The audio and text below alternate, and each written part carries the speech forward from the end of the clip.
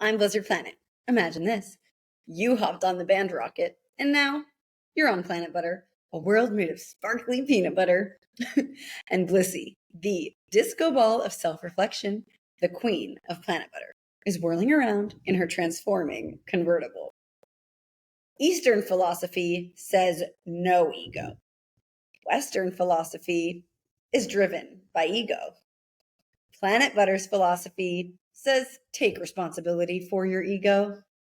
On Planet Butter, we take responsibility for our ego and we lead with our intuition, what I call Intucentricism, centering on personal expansion rooted in self-friendship, the daily practice of embracing, understanding, and enjoying ourselves with the inevitable impact of societal expansion.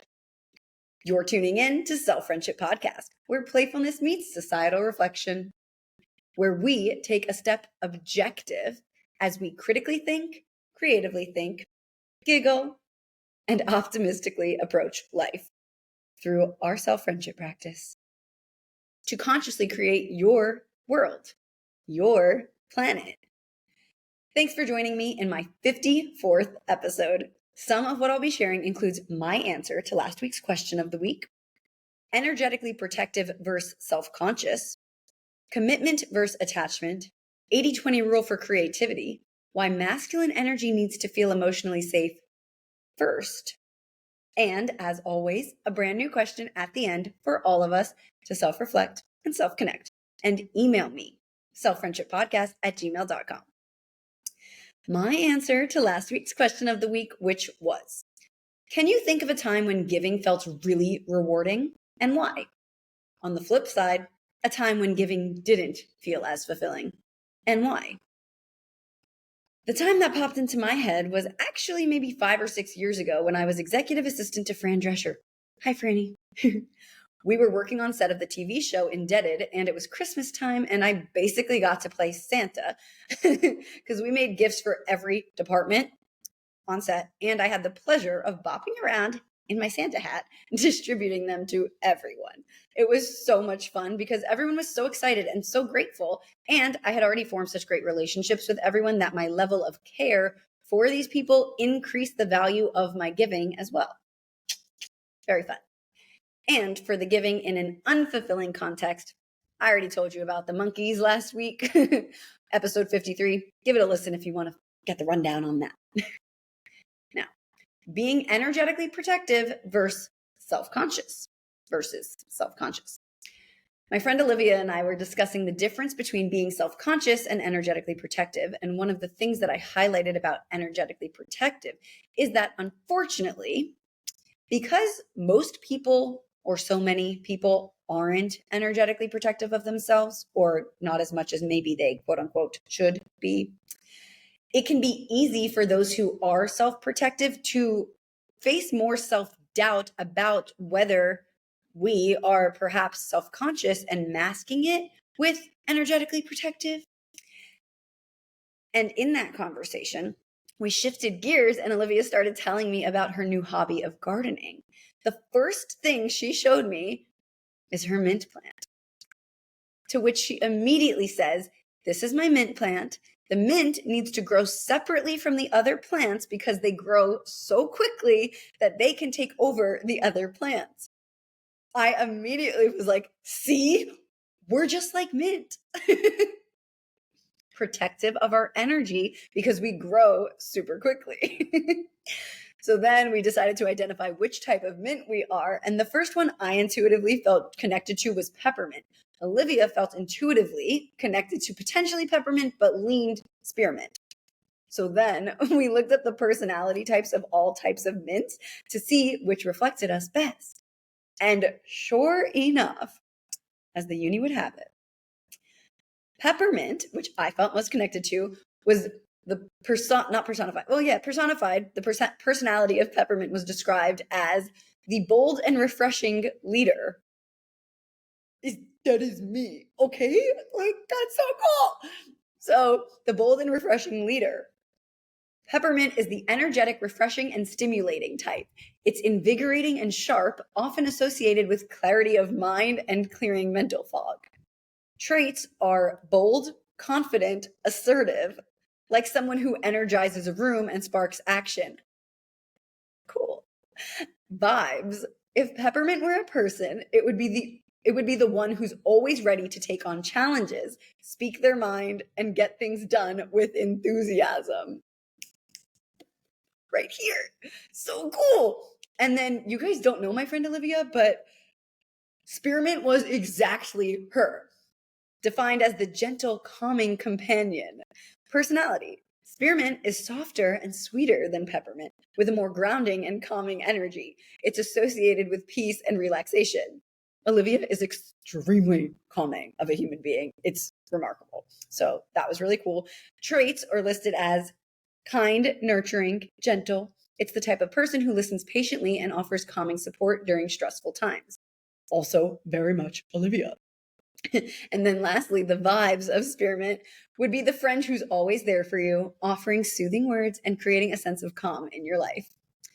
Now, the coolest part was these were the first two listed and the only two that were related to one another, whereas the other types of mints were independent and unrelated. Full circle, protect your energy, be like a mint. Self-friendship. Now, a note on standards in relationships. Now, this is for all types of relationships. This also came up with a friend this week. She had a really tough emotional moment, and her best friend did not show up for her in the way she expected. So she really felt that deep value of being there for herself in that moment, which kind of sucks, but it's also value.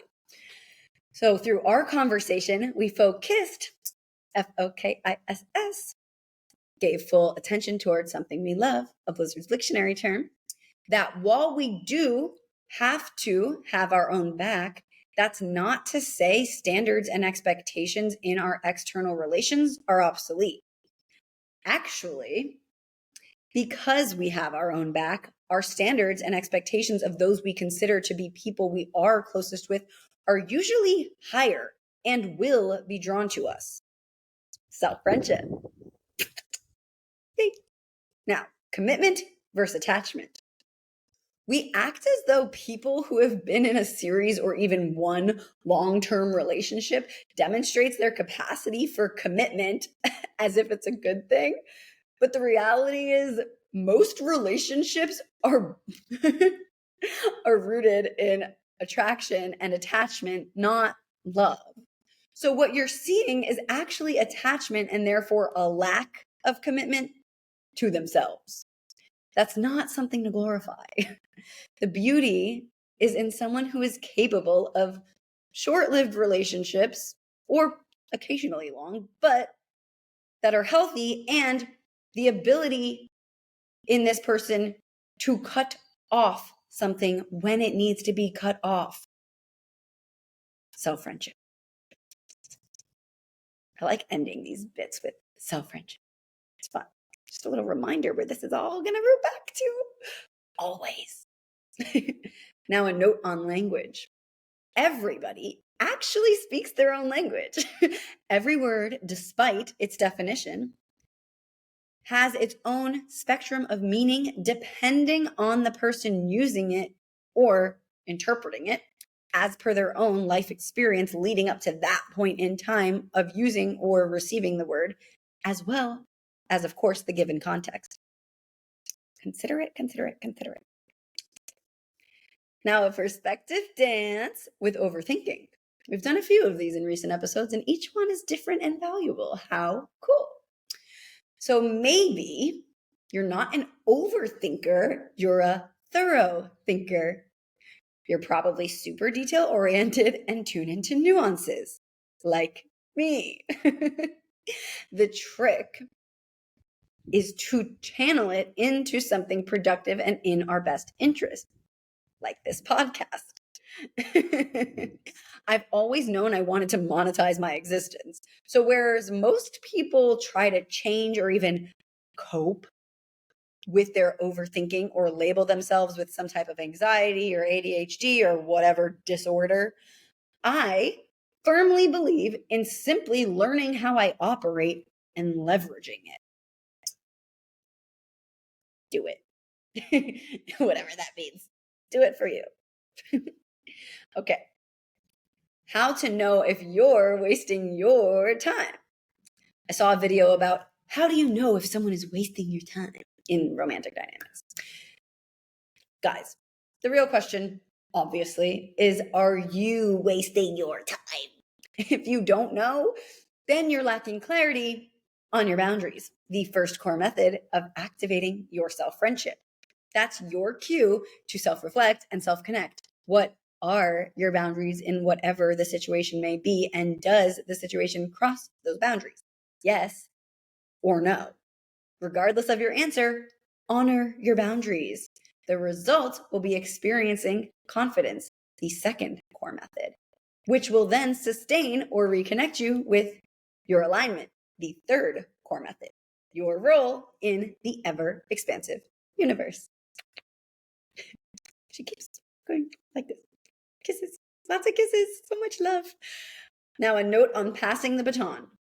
Passing the baton is my perspective for letting go. It's passing the baton, the thing you're releasing to the universe so the magic can happen. The uni doesn't directly replace what we remove energetically, like throwing out that pile of receipts won't bring you a new pile of receipts. But it might create the necessary space for a pile of cash. Chances are higher than you might think.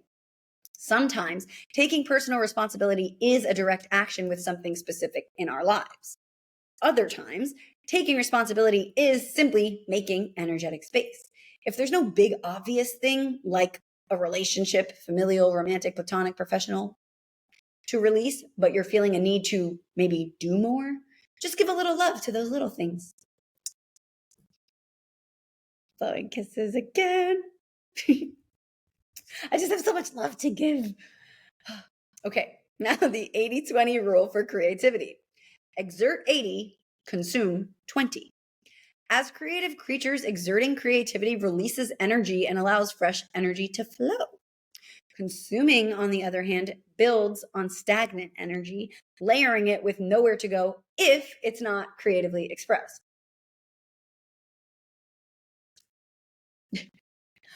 Why masculine energy needs to feel emotionally safe first in a romantic dynamic. From the very first exchange between a romantic dynamic of a healthy masculine and a healthy feminine, the masculine needs to feel emotionally safe first in the dynamic in order to approach the feminine in the first place. That safety can come from something as small as a smile and the right type of eye contact from the feminine. The masculine signals physical safety first and foremost, so then the feminine can signal emotional safety to the masculine. Then the masculine can feel that emotional safety to approach with me. So the feminine feels physically safe first in the masculine's presence. Then she goes, yay. And then he feels emotionally safe to be slightly vulnerable by approaching. Ta-da! Now a note on choosing a romantic partner. It's a common chat these days that we can only love someone as much as we love ourselves. We all agree. Another layer of this is that our love for someone else is a reflection of our love for ourselves through that person. Meaning, who we are when we are with this person is why we love them. The feelings we experience of ourselves and with ourselves in this dynamic. And this is part of the necessity for self-friendship, the daily practice of embracing, understanding, and enjoying ourselves. The more we bond with ourselves and cultivate an incredible friendship with ourselves, the better we can understand which potential romantic partners are actually in our best interest, which ones expand us. Being that we are so grounded in ourselves, we always love who we are, regardless of who we're with. However, the love we expect from another that is a reflection of our love for ourselves must expand the love for ourselves, which makes it easier for us to more quickly, I love that. Quickly. I was saying quickly and recognize quickly somehow. Yeah, cool. So it is easier for us to more quickly recognize when someone is not a match. Cool. Now, aligned but challenged. We can be in alignment and still face challenges, of course. That's why fun is self-friendship's stabilizer. We literally feel stable and optimistic in the depths of challenges simply because we choose to have fun. It doesn't need to suck. Quick example. I went to Australia last week, as you guys know if you watched, because I recorded my episode there, and everything was telling me to leave, energetically and symbolically. Signs are the language of the uni. I've written a self-friendship article about this on Planit Butter's publication. Check it out. Signs are language of the uni. Okay, here's a quick rundown. My phone data never started working to the point that the company I bought it from gave up. They gave me a refund, thank you. My universal adapter failed for the first time. Mind you, it has worked in every other country I have ever traveled to. I misplaced my keys, which you also heard on last week's episode. The public transportation system was entirely shut down. None of the cafes had Wi-Fi for me to work at. My Airbnb front door wouldn't lock. And instead of freaking out or anything else, I turned every single one of these situations into a hilarious adventure. Everything in my eyes is a story and an opportunity to connect with the people around me. By seeing things as comical, adventurous, and full of opportunity, I have fun. In having fun, I can more easily see and process the signs from the uni. That while this energy is all sorts of weird, there's obviously something I need to understand that's going on here. So while things felt weird, I decided to sit on a bench and write in my journal. And I talk out loud as well. It helps me process clearly. And it mutually values you. Self-friendship. Okay. So I'm writing, which gave me clarity for my next action. Go the fuck home. So I literally sprinted home and booked a flight back to Bali again the next day. Thanks for the stories, Australia. Now, the question of the week. What's a situation you can self-reflect and self-connect on to recognize whether you're being self-conscious or energetically protective? Email me your answers, selffriendshippodcast@gmail.com. And bonus self-friendship podcast episodes featuring your world. Each selected submission will be its own episode where I'll be giving my perspective, dancing, and opinions through the lens of self-friendship. This is, of course, not a substitute for professional support.